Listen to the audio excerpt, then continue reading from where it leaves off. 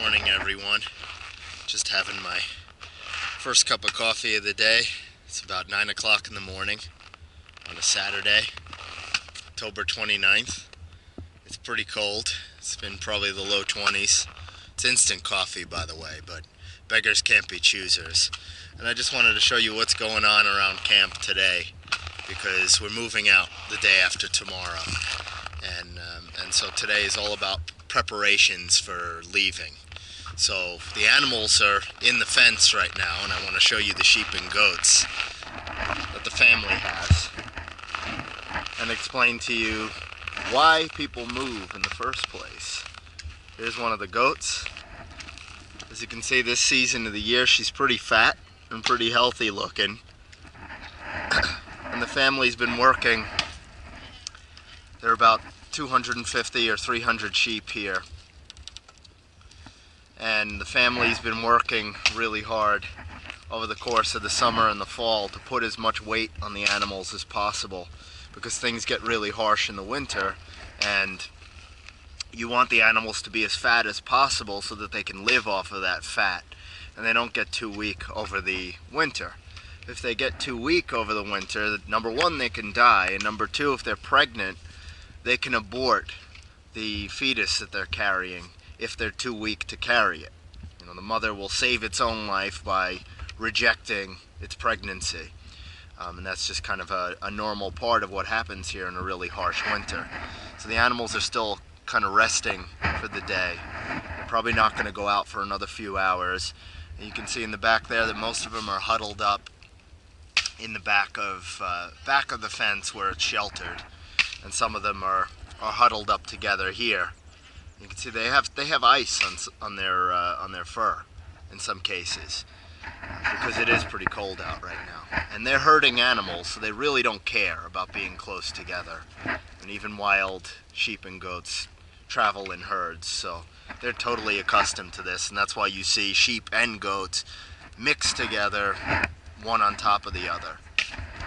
And the reason why we move in the first place, why nomads are nomadic, has absolutely nothing to do with, you know, if you read those accounts of nomadic people or watch documentaries on them, it's all about freedom and being free and wandering around aimlessly.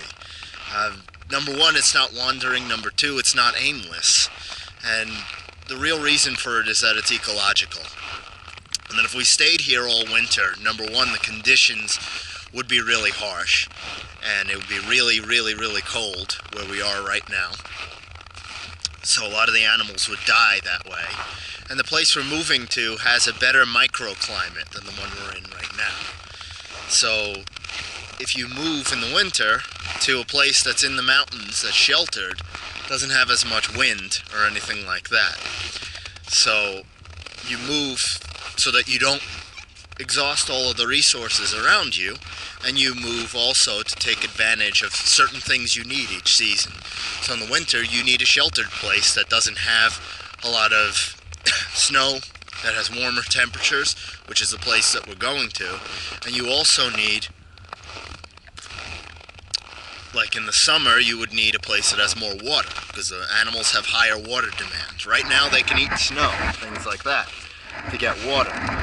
But in the summer they need to be close to rivers, places like that. One other thing I wanted to show you was that finally the yaks and the cattle and the oxen that we're going to be using to migrate are all here, and they've all been saddled this morning. So I'll show you what that looks like. We've got 9 of them here, but we're going to be using 11 or 12. I don't know where the other 3 or 4 are. But they're all wearing the saddles, save for that one back there that we're going to be using on the migration. And what you do with those saddles is you attach things to the sides of it. So yesterday a family came through, and there are huge loads on each one of these saddles. Each one of these fully grown adult oxen, especially a male ox, can carry around 200 kilograms, and that's over 400 pounds for those of you in America.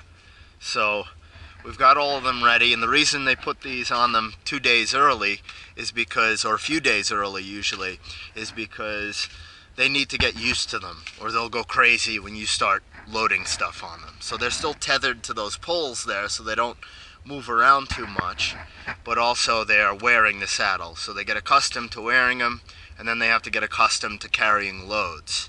So, so that's what we're working on today. In terms of camp, right now the family's preparing food for the migration.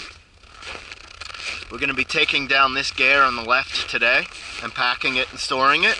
Tomorrow ours is going to come down, and at 3 o'clock in the morning on the following day, Monday morning, we're going to be packing up the family's gear and getting everything set on the oxen, and then we're going to be moving.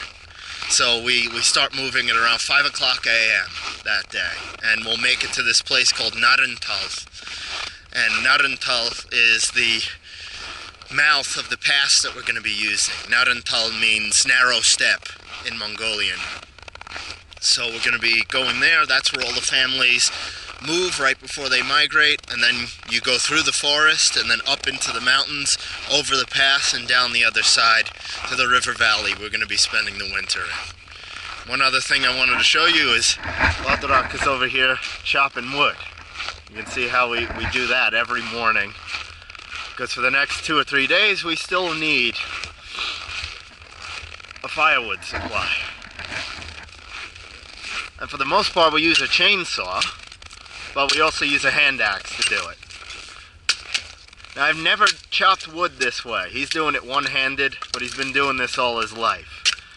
Me, I'd chop my fingers off and I'd need a helicopter to get me out of here if I tried this. But so I do it two-handed. It takes me 2 or 3 times longer than it takes him, but the result is the same.